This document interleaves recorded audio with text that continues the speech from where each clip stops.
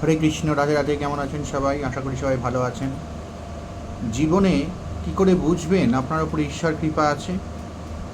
দেখবেন, মন এবং অন্তঃকরণ হচ্ছে আমাদের ঈশ্বরের সঙ্গে জড়িত। যাদের মন ধীর এবং স্থির এবং কখনোই তাদের মনে কোনো হাহাকার নেই, কোনো ব্যাকুলতা নেই, কোনো অপ্রাপ্তির দুঃখ নেই, তারা কিন্তু ঈশ্বর কৃপাধন্য এবং তাদের ওপর ঐশ্বরিক কৃপা আছেই।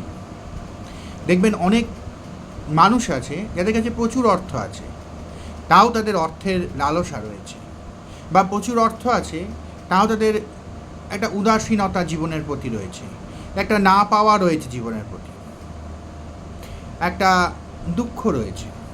কিন্তু অনেকে আছে খুব কষ্টের মধ্যে রয়েছে, কিন্তু তাও তাদের মধ্যে সে একটা তৃপ্তি আছে। প্রচুর কষ্টের মধ্যে থেকেও তাদের মধ্যে একটা অনাবিল আনন্দ আছে, এবং তাদের সঙ্গে অন্য লোক মিশলেও তাদের মধ্যেও সেই আনন্দটা ছড়িয়ে পড়ছে এবং তারা উপলব্ধি করছে একটা অদ্ভুত তৃপ্তির। এই যে বিশেষ অবস্থা, মানসিক এই যে স্থিতিশীলতা, এই স্থিতিশীলতা একমাত্র ঈশ্বর কৃপা দ্বারা আসে। তারা নিশ্চিত রূপে ঈশ্বর ধন্য, ঈশ্বরের কৃপাধন্য। তারা নিশ্চিত রূপে কোনো না কোনো ইষ্টের অনুগ্রহ প্রাপ্ত।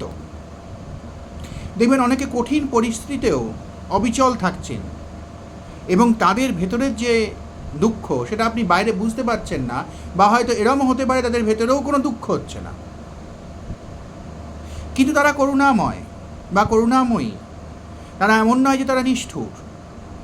কোনো পরিস্থিতি তাদেরকে অবিচল করতে পারছে না, কোনো পরিস্থিতি তাদেরকে ব্যাকুল করতে পারছে না, কোনো পরিস্থিতি তাদেরকে রাগিয়ে তুলছে না, বা খুব একদম আনন্দে আত্মহারা করে তুলছে না।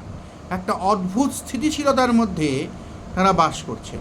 আর এই স্থিতিশীলতাই প্রকাশ করে যে তারা ব্রহ্মের সঙ্গে কোনো না কোনোভাবে ডাইরেক্ট বা ইনডাইরেক্টলি লিঙ্কড। সেটা তারা হয়তো বুঝতে পারছেন বা পারছেন না, কিন্তু অবশ্যই এই তৃপ্তি একমাত্র ব্রহ্মের সান্নিধ্য ছাড়া আসা সম্ভব নয়, এবং সেই ব্রহ্মানুভূতি তারা অন্তরে অনুভব করেন। ভালো থাকবেন সবাই। রাধে রাধে। জয় নিতাই, জয় গৌর। সবাই ভালো থাকবেন, প্রেমে থাকবেন, শান্তিতে থাকবেন, আনন্দে থাকবেন।